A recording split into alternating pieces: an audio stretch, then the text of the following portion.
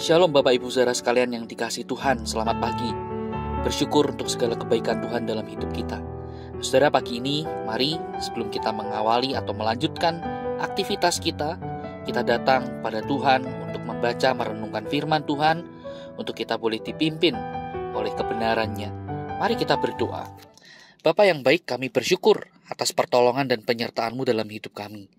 Ya Tuhan, sebelum kami memulai atau melanjutkan seluruh aktivitas kami pada hari ini, kami sungguh rindu bagaimana Tuhan memimpin hidup kami, menuntun kami di dalam jalan kebenaran Tuhan, sehingga kami boleh memiliki hidup yang berkenan di hati Tuhan. Tuhan, tolonglah kami, berikan kami hikmat pengertian dan mampukan kami untuk menghidupi firman Tuhan di dalam keseharian kami. Demi Kristus kami berdoa. Amin. Nah, saudara sekalian yang dikasihi Tuhan, kita akan melanjutkan perenungan kita yang terambil dari kitab Yehezkiel. Kini kita tiba pada Yehezkiel pasal 23 ayat 36 sampai dengan ayat 49. Namun, saudara, dalam kesempatan ini saya ingin membaca ayat 37 dan 38 saja. Demikian firman Tuhan. Lalu Tuhan berfirman kepadaku, "Hai anak manusia, maukah engkau menghakimi Ohola dan Oholiba, dan memberitahukan kepada mereka perbuatan-perbuatannya yang keji, sebab mereka berzinah, tangan mereka berlumuran darah, dan mereka berzinah dengan menyembah berhala-berhalanya. Bahkan anak-anak lelaki mereka yang dilahirkan bagiku dipersembahkannya sebagai korban dalam api kepada berhala-berhalanya menjadi makanan." Sampai di sini kita membaca firman Tuhan.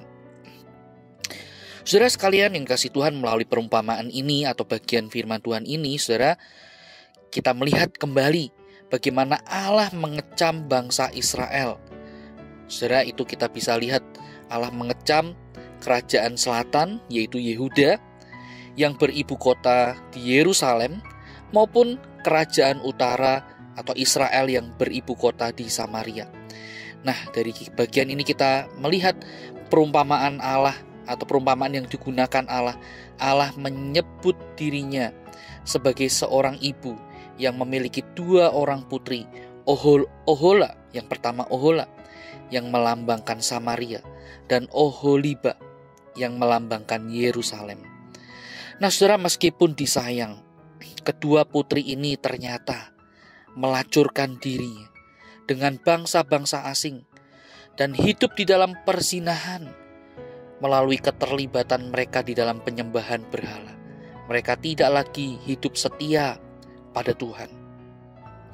Nah, saudara, kecaman Allah disampaikan dalam 3 gelombang atau dalam 3 kesempatan. Yang pertama, saudara, kalau kita melihat pasal 23 ayat yang pertama sampai dengan ayat yang ke-10, sana Tuhan menegur Ohola yang berzinah dengan bangsa Asyur. Kalau kita melihat di dalam ayat yang ke-11 sampai 35, Tuhan menegur Oholiba yang kedapatan berzinah dengan bangsa Asyur dan Kasdim. Dan bagian yang menjadi perenungan kita pagi ini, ayat 36 sampai 49, bagaimana keduanya bersama-sama di dalam kesempatan Tuhan tegur mereka, Tuhan ingatkan mereka karena ketidaksetiaan mereka. Karena mereka telah melacurkan diri terhadap penyembahan berhala. Nah, saudara, kecaman Allah ini mengajarkan 2 hal. Yang pertama, saudara, dosa itu selalu kelihatan atau terasa nikmat pada awalnya, namun menjadi belenggu yang menyengsarakan pada akhirnya. Dalam bahasa kiasan, saudara, bangsa Israel yang sebelumnya menikmati perzinahan dengan bangsa asing, akhirnya hidup sengsara karena diperlakukan dalam kebencian dan penindasan oleh bangsa asing tersebut.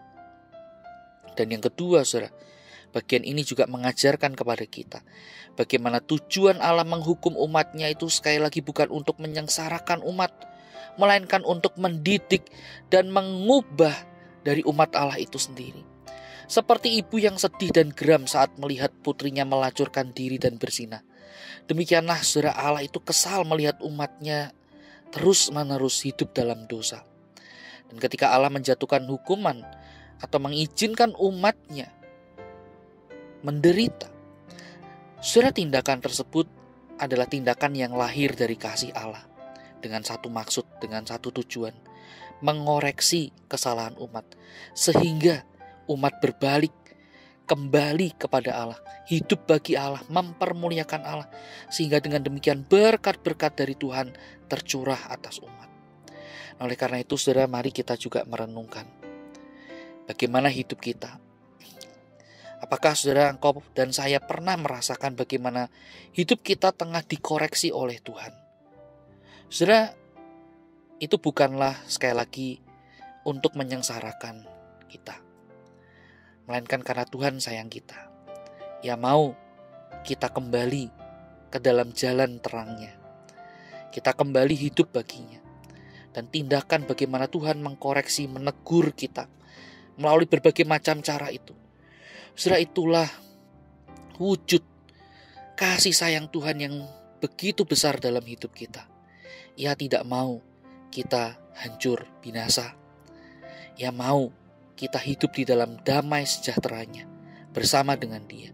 Maka sekali lagi, bersyukurlah jika kita mendapati hidup kita masih diproses dan terus diproses oleh Tuhan. Dan di dalamnya mungkin terkadang kita mendapatkan teguran-teguran dari Tuhan. Bersyukurlah, karena Tuhan sayang kita. Ia mau kita lebih baik lagi dari sebelumnya. Mari kita berdoa. Tuhan, kami bersyukur bila Engkau begitu mengasihi kami dan Engkau terus memproses hidup kami, sehingga hidup kami boleh menjadi hidup yang sungguh berkenan di hati Tuhan.